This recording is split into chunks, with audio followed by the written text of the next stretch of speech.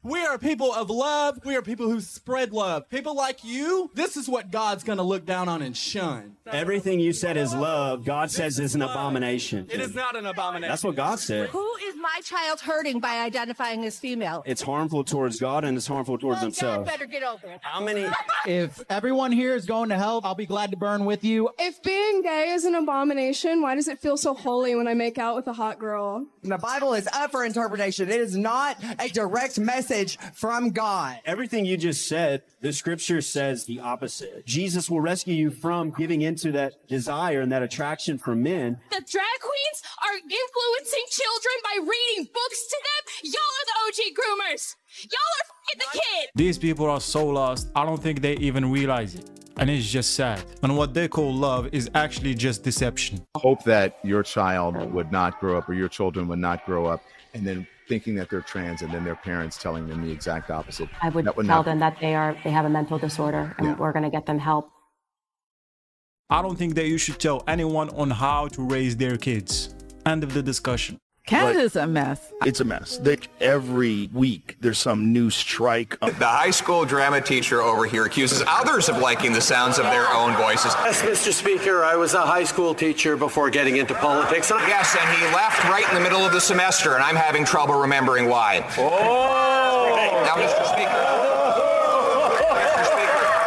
Canada's a mess. It's a mess. Every week there's some new strike. The high school drama teacher over here accuses others of liking the sounds of their own voices. Yes, Mr. Speaker, I was a high school teacher before getting into politics. Yes, and he left right in the middle of the semester, and I'm having trouble remembering why. Oh! Now, Mr. Speaker. How much debt did your grandma die with? How much debt? Yeah. She had no debt.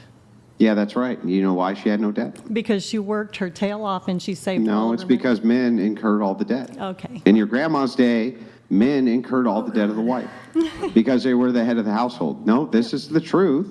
You may not like it, but this is what's actually true. Women could not incur debt. If their they were married, husbands incurred correct. all of their debt. This was the primary argument against the suffragettes from the anti-suffragettes, of which there were many more than there were suffragettes. That's why your grandma died with no debt, because her husband incurred all of it. And so while you say, well, it seems unnecessary, she didn't have a bank account, well, that's great.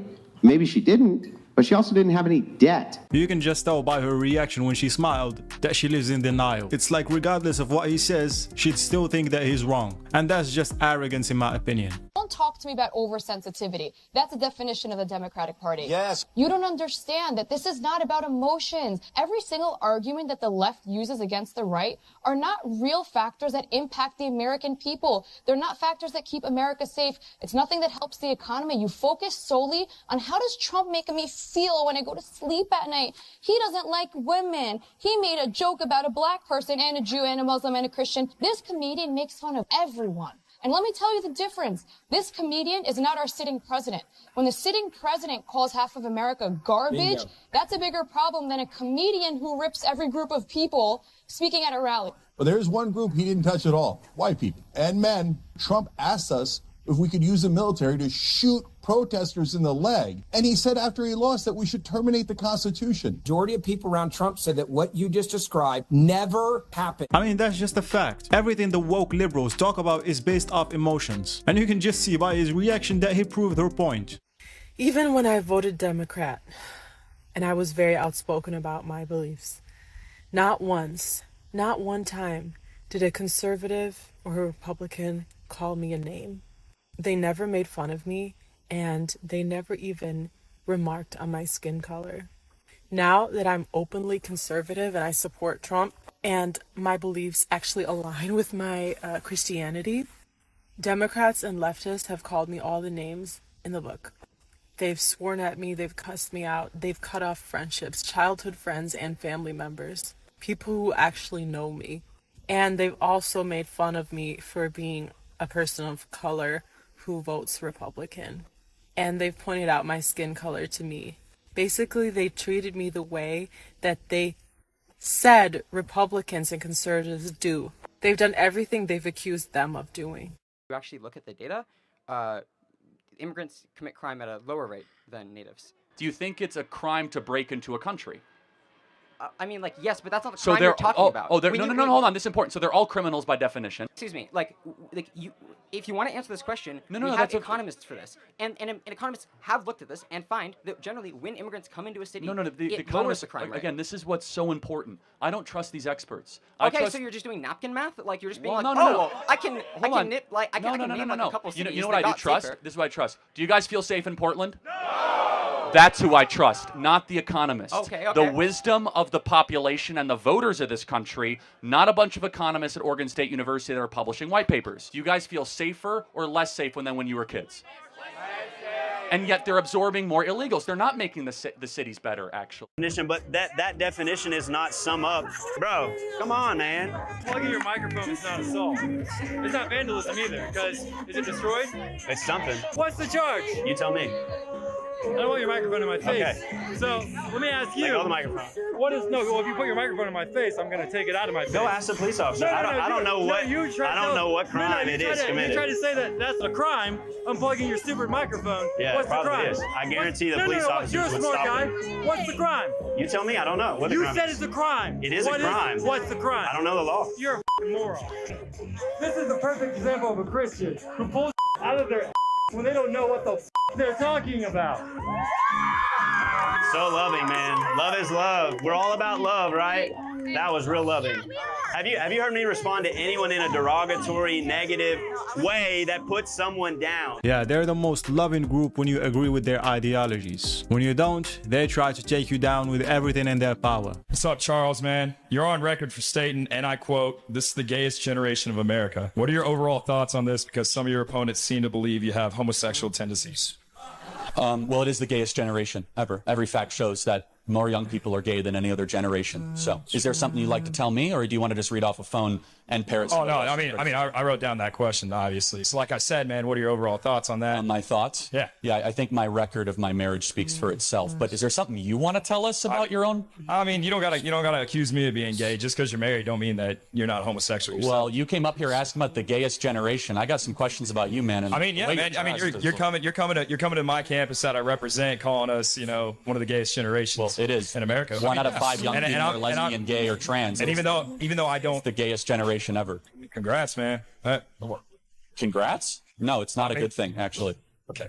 I don't know what kind of point he was trying to make, but he just made himself look so stupid. 100% confidence, but 0% wisdom. It's a bad combination in my opinion. Why the hell am I the only person in the Republican Party who has the guts to say English should be our national language? I know. It's because of the color of your skin. I disagree with that. I'm going to be back at you, Steve. I'm going to hit you hard for that. That is because the rest of you are freaking lazy. Cowards. Cowards. People in this country have common sense. What we really lack is courage. Yes. So I'm not going to buy some BS that like my last name or my skin color insulates me. Think about it. I had to step down. No, that's the perception. You have balls, but other people won't criticize you. I stepped down from a CEO of a company, multi-billion-dollar company that I founded, led as CEO, built it from scratch, wasn't born into money, and had a choice to do what every other biotech CEO was doing in the wake of George Floyd. Chose not to do it, did not issue a statement in favor of BLM, because saving this country involves some measure of sacrifice. Yeah. So to somebody, I get this from white friends all the time, good-hearted people, it's like, I love that you can say it because I can't. My answer is bullshit. You're just a coward. Stand up and actually say it. Yep. Stand for your actual convictions, because if you can't stand for your convictions, you don't have any at all. When I read all these studies, some of which of course you think are fake, or talk to the most educated researchers in my life, it all seems to disagree with you. So how do you pursue evidence-based policy if you ignore so much of the evidence? Which studies do you read? Yeah, the fake ones, I guess. Yeah, can you cite the studies you're talking about? Yeah, I've got them all in my pocket. Could you name even one of them off the top of your head? No, I just threw them all out. I know, but they're all fake, right? So these people you're being sarcastic because it's the last refuge of someone who has no answer. You say that I don't believe in modern science and you're such a sophisticate who reads all these studies. You don't read them. None of these people read them, and half the studies are irreplicable. So that's my complaint with modern science, is that it is fake, and you're proving to me that it's fake. You're not even relying on it. You're relying on a kind of gut intuition, which is really just a half-baked religious sense that a boy can be a girl and that the sun god is going to kill us all in 12 years or whatever AOC said 15 years ago. So even according to your own stated principles and premises, your arguments don't hold up. But that's true of most of the libs these days, I'm afraid. They always bring studies to conversations like this, or millions of examples. But when you ask them about one, sarcasm is the answer. You said if you don't know what you want, how's your partner supposed to? What do you want? I want someone who has a high level of integrity. I want someone who's kind, not nice. And I want someone who is very disciplined. Because the thing is, like, people talk about, oh, I want this job, I want this lifestyle, yada, yada, whatever it is. I think if you focus on core values and characteristics of people, that is something that you can go a lot further with, because they will end up being there. Your partner doesn't need to be everything for you. We are social animals. It's not fair to put everything on a guy in this situation, to be your best friend, your confidant, the one that's supposed to provide you excitement, but also stability and security. It's not fair to ask one person to give you all these things when most of us can't even give it to ourselves. Sure. So it's looking for what you need, not necessarily what you want. I believe that we live in a patriarchy and it negatively affects women. No. No. Yeah, so for example, Yeah. men are more likely to commit suicide, Yeah. more likely to die at work, more likely to declare bankruptcy. Yeah. Women are far less likely to be in credit card debt, far more likely to graduate from college, Yeah. far more likely to get a high-paying job. What's People a that- man and woman to you? What's the difference between them? Well, a man you're looking at a man, and I think I'm looking at a woman, if I'm not mistaken. Nice, right? yeah. That was funny. Yeah, thank you. This middle schooler was suspended and expelled from school for his patriotic speech at the school election rally. She told me to remove everything regarding patriotism, and so I immediately knew, no, I'm not going to do that, because I knew that was wrong. She's like, oh, I need your speech. I need to see it before it goes on. I'm like, okay, I have it right here, but I did not remove the parts regarding patriotism. And then she's like, you don't understand, you have to remove that part. First, you're not obligated to be speaking about this. What? She said 4th through 7th graders, they don't care about patriotism. And then that was like a red flag for me. I'm like, excuse me, I've known about patriotism since kindergarten. I love my country, and that's why I put it in there. And then she's like, you need to come to my office. And I'm like, and at that point, I'm like, no, I'm going to say my speech. And then if we're going to speak, it's going to be in front of everybody. So the principal sends an email, and it says, quoting here, at no point did I ask for patriotism to be removed from the speech. I did ask him to remove the political rhetoric from the original speech, which he did. And they're saying, oh, we never said remove the patriotism part. Yep, she did say that until we showed all of the evidence that we had, and then they backpedaled on that because they couldn't use that excuse anymore. It's crazy how they're trying to control children's free speech and free thoughts. That just tells you about the ideologies and the propaganda that they're after. It's free speech only when you say something that does not affect them. It's easy to pick on people like me. One day I'm paying 50%, soon it will be 60%, then it'll be 70%, and then they'll come for you, because eventually I'm going to run out of money. And you can laugh and chuckle, but eventually they're going to come for the working class and the middle class. They already are. They've already come for the working class. Yeah, that but you has know not why? changed. Yeah, because the reservoir is getting dry. Is that eventually... Right, yes, the reservoir is getting dry. It's easy to roll... And they don't just want to, you know, fund more of their doomed programs. It's easy to roll your eyes, and it's easy to criticize rich people, of which I'm very blessed, and that's fine. But have you ever gotten a job from a poor person? Sorry, a job from a poor person? They usually create jobs. They work bingo. them. Rich people create jobs with the money that isn't taxed by the government. You can just tell that this person has not worked a day in his life. Never paid a bill, never paid taxes, a professional victim on display, and he probably lives in his mom's basement. Let me tell you something, my love. You're doing this right now for clickbait. When you could be worshiping your fraud. You don't know that. You can make accusations if you want to. Listen, the reason I'm out here is because lots of people don't know God. They don't know of His love. Lots of people don't know about Jesus, and lots of people, everyone does. There's a lot of people who say they don't even believe in God. God knows that. So not everyone knows about God. God knows me. God knows you. He loves Maybe. I don't know. He loves me. Right or wrong. Right or wrong. He loves you, but if we sin, then we're separating ourselves from God. Sin in other ways. Goodbye. Jesus died for my sins. And the Holy Spirit helps me to put sin to death. There's a difference between an accidental sin and then someone who's practicing sin. What do y'all think? Does white privilege exist? Yes. Absolutely. Would you guys support paying reparations? Yeah. Well, I want to give you guys the opportunity, actually. This is my friend Topher. If you want to pay reparations or help the black community. So if y'all can, I need lunch today. So y'all have $20 I can grab. Don't have my wallet on me. Can I take you out to lunch at the hub? Is that I would love to go out to lunch. I would love to eat and chat about how reparations is not necessary. The world's not going to be equal. And the world's not going to be fair no matter what. It doesn't matter the system because people are broken. Our job is try to create better citizens. So that's why we have these conversations and why we take people out to lunch. They're unfortunately hard conversations because some people don't want to talk about it. Some people don't want to talk about it because of the fear of cancellation. Right. Some people don't want to talk about it because they're uninformed or ill-informed or misinformed. Some people don't want to talk about it because it means that they have to abandon their reality, which they develop. I think the mindset of these college students is reparations are good as long as they're paid by someone else. And that someone else that they always blame is white privilege. Or sometimes it falls in the category of, I don't have my wallet with me right now. White people are not being hunted after. Y'all can come here and live a great freaking life. So CJ, you're a black person. Are you hunted at the university? You know, I don't feel hunted at this university, but I guess the difference between me and some people here is that I don't choose to be a victim, Charlie. Which I think is the biggest problem we have here today are people who wake up every single day looking for a reason to be oppressed, looking for a reason to cry and make an excuse about why they're not in a position to go win. I don't see the color of my skin as a disability. I see it as simply an accessory that I couldn't control. I've been black all my life. I've been black today. I'm thriving here. That's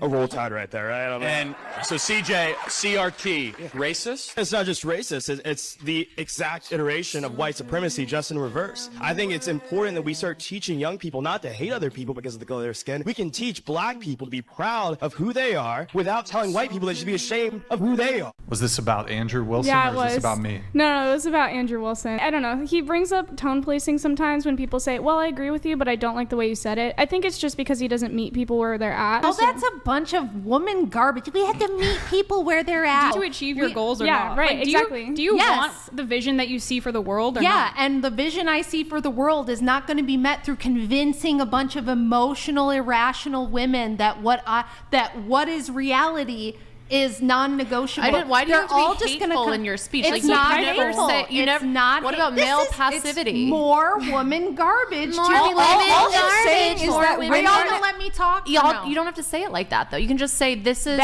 tone garbage. policing. Just being emotional like That's a woman. tone policing. It's nonsense. This whole I agree with what you said, but not how you said it. That's bullshit. And this It's is the emotional. problem with giving women power, because now suddenly everyone's an HR manager, everyone's a hall monitor. And what do you think about the game? I thought it was a good game. I thought in the beginning Israel was better, but now Mali is is destroying them. I think Israel is not bad. Israel is not bad, but I think Mali is going to destroy them today. No, I'm just talking about football. I'm just talking about football. Mali the best, no politic here. Free Palestine! Free Palestine! Free Palestine! Free Palestine! The old guy is such a crybaby, I'm not gonna lie. He's the one that brought up politics and then got mad about it. Make it make sense. The government representing the will of the people, and you believe it should do a better job at that, correct? If you say that, how can you support Donald Trump when he has lost the popular vote twice? Because we don't elect presidents using the popular vote.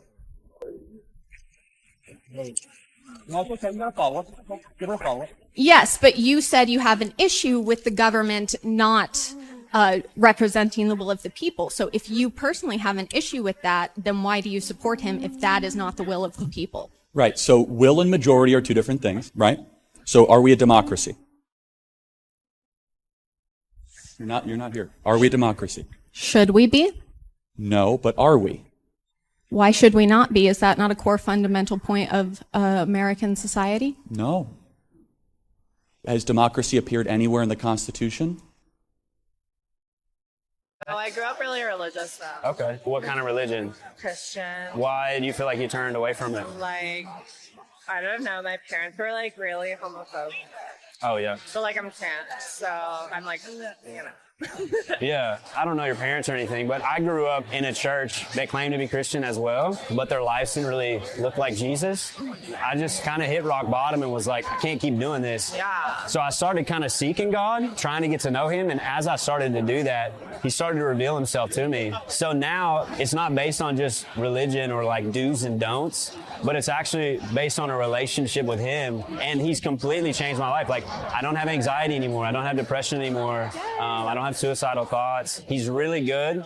He's really loving. And as you get to know him, he's really patient. He's really gentle. Do you believe that doing OnlyFans, does that give you confidence? Does that build your confidence? Do you feel more confident because you do OnlyFans? I think Actually, yeah. Because I think it's a false sense of confidence. Because here's the reason why I say this. Because OnlyFans gives you confidence because it's based on looks. It's only based on looks. You're not having Pulitzer Prize conversations with people that are checking out your titties and your vagina. So the second the OnlyFans is done or your looks fade, then what are you left with?